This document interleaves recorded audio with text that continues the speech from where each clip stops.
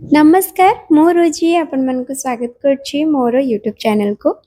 तो काली रथ यात्रा आमे आज बाहरी जाऊँ पुरी। मो आसती शाशुघर को ओडिशा भुवनेश्वर। तो मुझे आम मो शाशुघर ठू पूरी 50 किलोमीटर्स बट काली तो जीवा संभव हेनी कहीं एबेठू ही एते भिड़ स्टार्ट हो गलानी एबेठू ही जीवाई आमको गाड़ी पास वगैरह दरकार जोटा कि आम लकीली अरेंज कर देइछु। तो से मैंने आज बाहरी जाऊँ आम पुरी रे 2 नाइट आम होटल बुक करूँ आम से रु जेहेतु प्लान टा बहुत लेट है तो से आमको भल होटल माने बहुत पाख होटल मिलानी जदि बड़ दाण्ड होटल मिल जाता तो बहुत बहुत बढ़िया होता किंतु हमको होटल बहुत दूर रे मिलला बट चलो कि ना एटलिस्ट पुरी आम जाऊँ से बहुत बड़ कथा कहीं मुझा प्रथम थर रथ यात्रा देखुची पुरी एमती नॉर्मली तो ओडिशा रे सबुठी रथ यात्रा हुए किंतु पुरी रथ यात्रा सेटा मु एटा प्रथम थर देखुची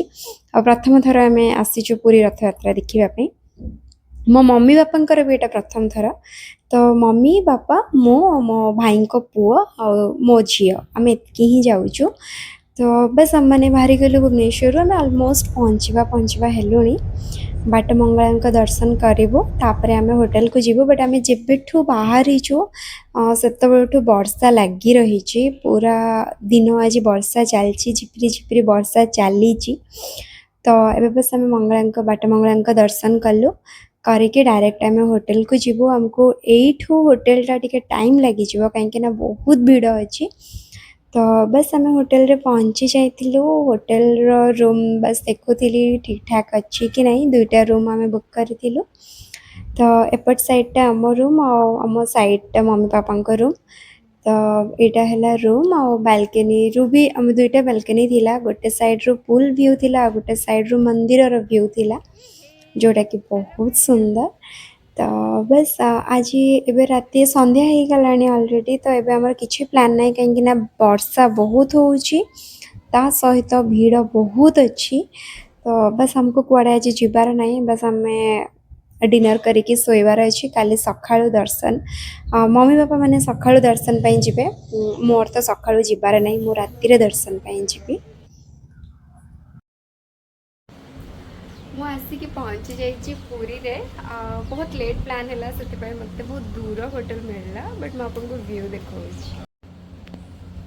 मंदिर देखिपे अवश्य मंदिर बहुत दूर देखा जाउची बट सेतिक भी बहुत माने बालकनी रू मंदिर दर्शन हो जाउची बहुत बड़ कथा। तो आम होटेल भितर गोटे छोट रथटे गड़ुला बहुत सुंदर लगुला। तो तापर सकाळु मम्मी बापा जाइए दर्शन पाई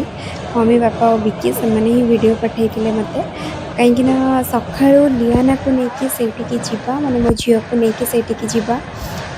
संभव नुह ता सहित मुझे एकला ताकू मैनेज करें एत भीड़ भितर कहीं भी मोर प्रथम थर।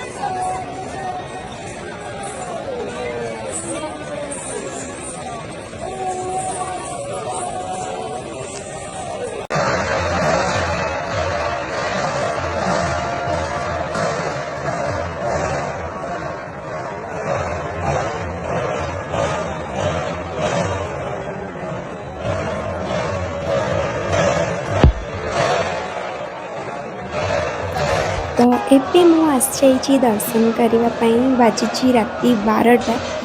ना भीड़ देखिकी लगुच ना मंदिर बड़ दाण्ड देखिकी लगुनि जे मु राति 12टा बेले मंदिर सामना को आसी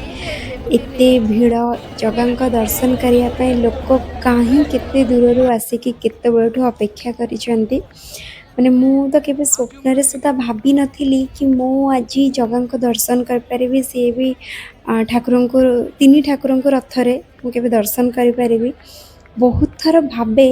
बहुत प्लान बनाए बट केबे भी मोर हो पारनी केबे भी मु आसी पार नथिली किंतु एथर ना मु ना प्लान करी ना भाभी कि ना मते लागला दुबई रु ओडिशा से भी पूरी हे परिबनी तो मु केबे भाभी भी नथिली किंतु कालियांकर इच्छा थिला बोधे ସେଥିପାଇଁ କିଛି ପ୍ଲାନ୍ ନଥାଇକି ବି ମୁଁ ଆଜି ଆସିକି ପୁରୀରେ ପହଞ୍ଚି ଯାଇଛି ଆଉ ମୁଁ ଜଗାଙ୍କ ସାମ୍ନାରେ ଅଛି ଯେଉଁଟାକି ମୁଁ କେବେ ଭାବି ବି ନଥିଲି ଆଉ ମାନେ ମୁଁ କହି ବି ପାରୁନି ଯେ ମୋ ଭିତରୁ କେତେ ଖୁସି ଅଛି କିନ୍ତୁ ଜଗାର ମୁହଁଟା କାହିଁକି ଜାଣି ଭାରି ଶୁଖି ଯାଇଥିଲା ମନ ବିଲକୁଲ ଭଲ ଲାଗିଲାନି ଜଗାଙ୍କ ଦର୍ଶନ କରି ତାଙ୍କ ମନଟା ଭଲ ନଥିଲା ବୋଧେ ବିନା ଟାହିଆରେ ବି ବାହାରକୁ ଆସିଲେ ମୁହଁଟା ପୁରା ଶୁଖିଲା ଶୁଖିଲା କାହିଁକି ଜାଣି ତାଙ୍କ ମନ ଭଲ ନଥିଲା ତ ଯାହା ହଉ ଆଜି ତ ମୋତେ ବହୁତ ଖୁସି ଲାଗିଲା ଆପଣମାନଙ୍କୁ ମୋ ବ୍ଲଗ୍ଟି କେମିତି ଲାଗିଲା ନିହାତି ଜଣାଇବେ।